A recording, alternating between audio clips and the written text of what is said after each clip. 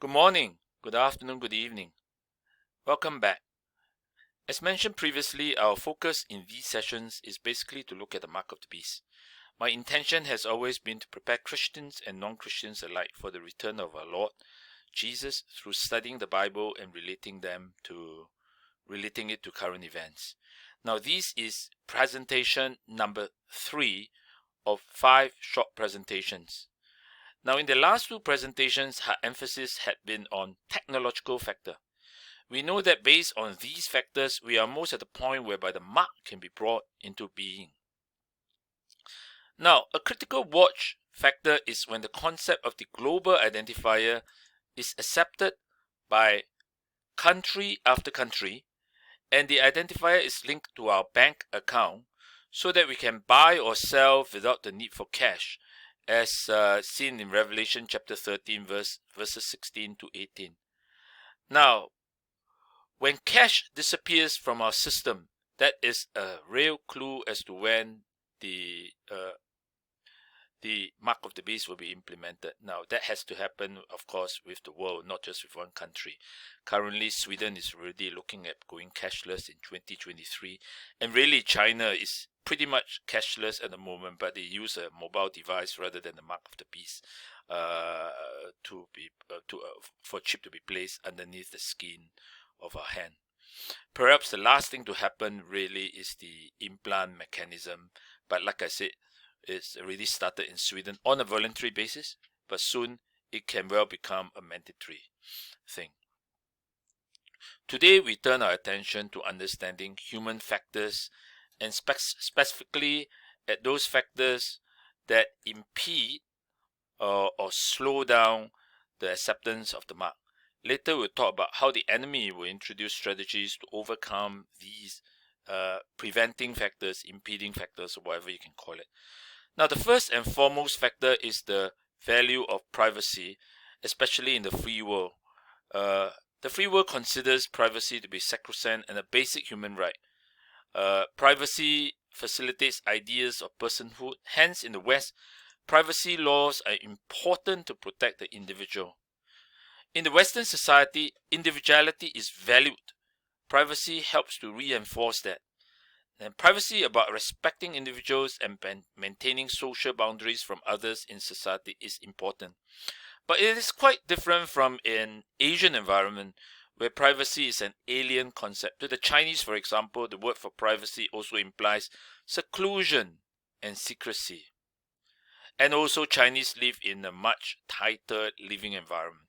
Hence, most Chinese children grow up knowing little about personal privacy. I know, I'm a Chinese myself. And my Chinese relatives sometimes can be quite direct, asking questions like, how much do I earn? The second factor that discourages the mark is the love for cash. In many countries, people just love electronic payment. Consider China when even beggars have a QR code. But ironically, it is not in the US, where in the 2019 banking survey, they found that more than 37% of respondents said that the number one preference payment is cash. Why? Because according to them, cash keeps people from overspending, and indeed only 4% prefers to pay with mobile payment applications or apps. Britain, for example, had the same kind of behavior pre-COVID-19, but COVID-19 has changed their behavior in the sense that notes and coins have been replaced by contactless bank cards and mobile phone apps. In fact, in February 2020, before COVID-19 became a big event in Britain, the chief cashier of UK believed that cashless could happen within 10 years in Britain. Now, the third factor that we consider that will slow down the implementation of the mark is the fact that there are still many Bible-believing Christians. And Bible-believing Christians are taught concepts relating to the mark, even in the movie. Bible-believing Christians are also taught that taking on the mark is effectively an unpardonable sin, consigning someone to hell immediately.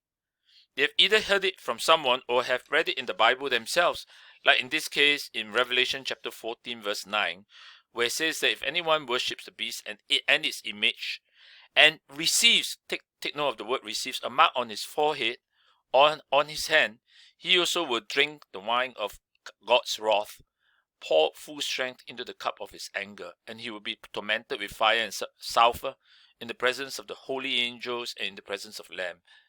In other words, it is straight to hell. Now, some are in positions of responsibilities in government to influence policies that are Christian, and this have an impact on country and even the world. Well, just look at US. The element of fear of God will put them on a guarded platform relating to the implementation of the mark. And there are, of course, this concept of unpardonable sin which Christians have accepted. That's why I suspect that it will be a while before the mark will come about.